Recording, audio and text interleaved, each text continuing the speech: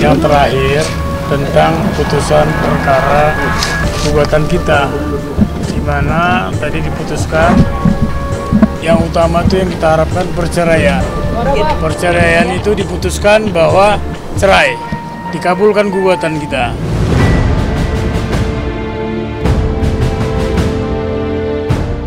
Proses perceraian Nia Daniati dengan Farhad Abbas akhirnya selesai juga. Di Pengadilan Agama Jakarta Selatan Rabu kemarin, Majelis Hakim akhirnya mengabulkan gugatan Nia untuk bisa bercerai dari pengacara kontroversial ini. Tapi bagaimana dengan nafkah anak hingga harta gonogini yang selama ini menyulut pertikaian di antara mereka?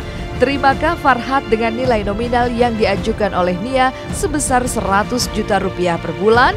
Dan terimakah Nia dengan keputusan akhir Majelis Hakim yang memutuskan jika Nia hanya akan menerima uang senilai 15 juta rupiah per bulan dari Farhad Abbas, jauh dari apa yang telah ia ajukan?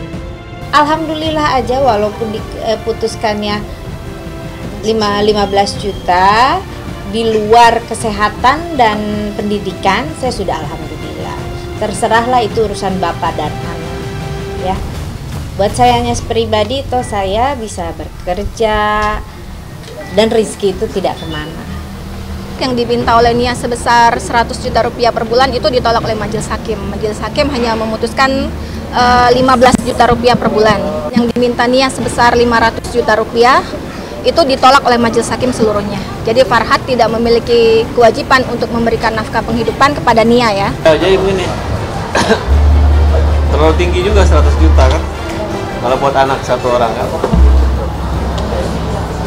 kalau buat 5 rumah cukup, buat 50 anak cukup. Tapi apakah harus seperti itu? Apa motivasinya? Tapi saya tadi udah berusaha meyakinkan udah lama, gue jangan terlalu materi-materi lah, tapi kita tahu ukuran.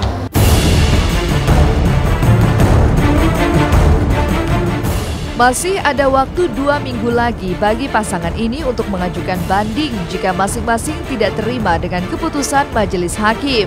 Jika Nia telah menerima apa yang sudah menjadi keputusan ini, apa yang membuat pihak Farhad Abbas masih akan memikirkannya? Lalu bagaimana dengan persoalan harta gonogini dari apartemen, villa hingga sejumlah aset lainnya?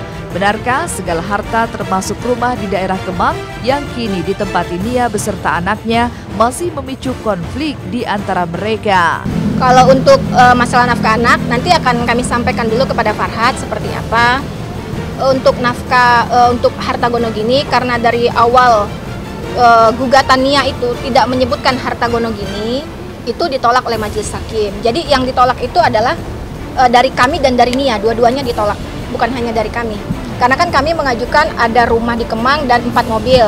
Kemudian Nia juga mengajukan ada apartemen, ada villa menurut Nia. Tapi kan menurut Majelis Hakim pertimbangannya itu belum bisa membuktikan, ya. Dan belum jelas objek perkaranya, makanya hakim tidak bisa memutuskan masalah harta gonogini. Saya tidak terlalu memikirkan, ya. Sebetulnya sih kalau bicara mau sih mau juga, tapi nggak terlalu saya pikirkan apa iya apa enggak. Sudahlah, yang sudah ada saja sudah alhamdulillah. Saya orangnya kan tidak terlalu tidak terlalu ngoyomo ini itu. Yang ada aja di sini ya udah, yang lain-lainnya sudah masalah apartemen, studio dan villa saya juga toh sudah tidak pusingkan itu. Dinyatakan bahwa permintaan Farhad bahwa harta itu dibagi 2 itu tadi tidak diterima oleh Majelis Hakim. Farhad waktu itu kan menyatakan bahwa seluruh harta yang ada harus bagi 2, tapi gugatan rekompensi dari Farhad itu tadi tidak diterima oleh hakim. Itu dinyatakan NO, need on panklik perklar itu tadi, ya, mengenai harta. Jadi yang hari ini diputus adalah hanya mengenai perceraian.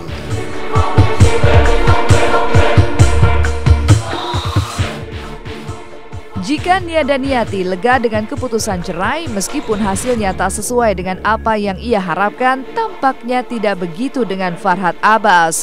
Meski tak menghadiri sidang putusan cerainya kemarin, lewat kuasa hukumnya, persoalan harta gonogini rupanya masih akan menjadi perdebatan yang bisa saja kembali memicu perselisihan di antara mereka.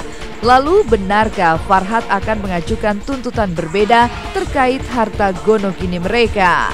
Belum bisa diputus oleh majelis hakim, tidak bisa memutus pembagian harta gonogini karena itu tidak ada di gugatan awal Nia. Jadi ditolak itu, baik dari Nia mengenai apartemen ataupun dari kami mengenai rumah. Semua yang ada di sini sudah diputuskannya sesuai dengan harapan kita. Saya juga tidak menuntut yang lain-lainnya. Ini masalah harta masih dikuasain oleh Nia Daniati. Jadi saya rasa cuma itu aja yang paling penting.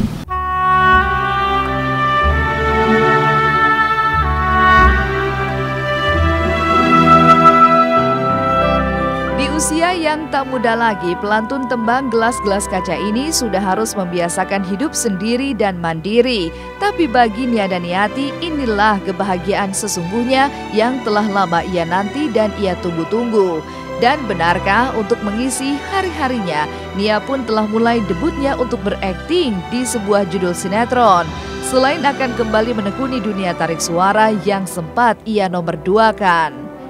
Saya sudah mulai bekerja lagi dari mulai Januari, Februari, Maret, April sampai Mei, Juni ini udah sendiri gitu kan. Jadi ya buat saya masih dunia itu juga. Karena yang membesarkan saya dunia ini, untuk nantinya ke depan ada perubahan saya mau usaha, sekarang dijalanin dulu. Dan paling tidak dalam melangkah saya tidak ada perasaan masih memikirkan status saya gitu kan. Kalau sekarang kan sudah jelas, sudah lebih plong bahwa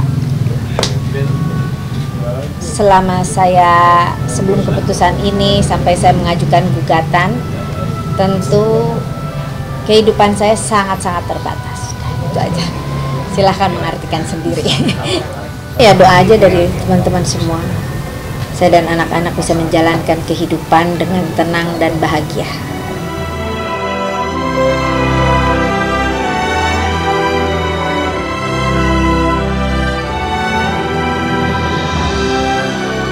Berbeda dengan Nia Daniati, seperti apa Dea Mirela menyikapi pemanggilannya sebagai tersangka? Benarkah dalam pemeriksaannya kemarin Dea sempat menyalahkan Ninda yang telah menjual mobil milik EL Ritonga?